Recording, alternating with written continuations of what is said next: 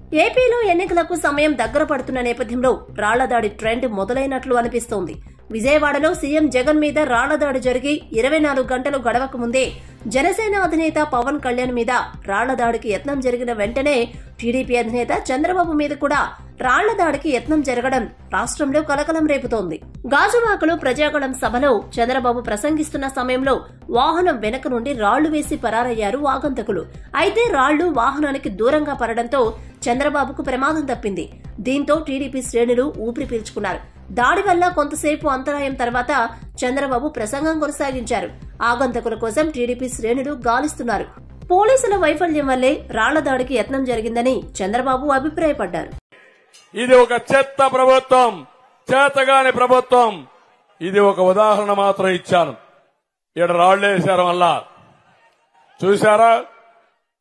వస్తా దానికి కూడా వస్తారు. మిమ్మల్ని వదిలిపెట్టరు. ప్రజలు తరిమి కొడతారు. రేపటి నుంచి మిమ్మల్ని అందరినీ గంజాయి బ్యాచ్, బ్లేడ్ బ్యాచ్ ఇక్కడ కూడా వచ్చింది. పోలీసులు ఏం చేస్తానో అది లేదు. నిన్న కూడా ఆ డ్రామాకు కూడా వస్తా.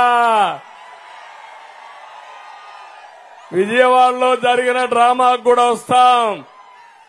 మీరు ఇలాంటి చిల్లర పనులు చేస్తే, చిల్లర మూకగాని చేస్తే, ప్రజలు తిరగబడితే మీ బట్టలిప్పి తరిమి కొడతారు. బీ కేర్ఫుల్ అని హెచ్చరిస్తున్నా.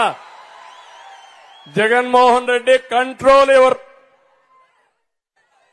ఈ జే గ్యాంగ్ ఒకటి ఉంది వాళ్లకు. దొరికాడా?